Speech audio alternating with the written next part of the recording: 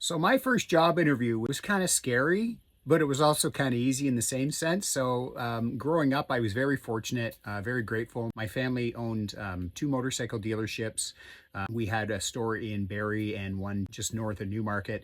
And my dad, he was definitely known in the business for being a little bit formidable. So working for him certainly was not the easiest thing. Later on, he's been passed on now for 25 years.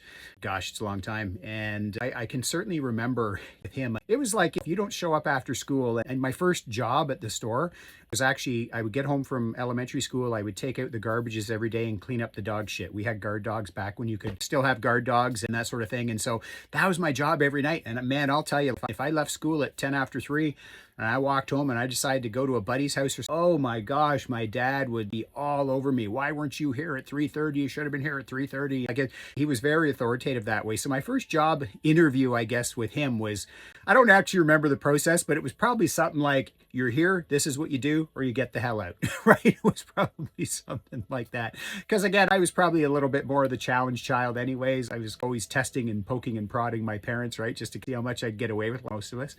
So that was just one of those things. But and every time my dad and I would have a fight, I would quit and go get a job somewhere else. And then I would end up coming back because ultimately at the end of the day, it was tough working in the family business, but it was easier than working for anybody else. So I'd love you to tell me, what was your first job? Tell me just what your first job is. I don't need to know the details about the interview, but let's get some banter going. What was your first job? Throw it in the comments.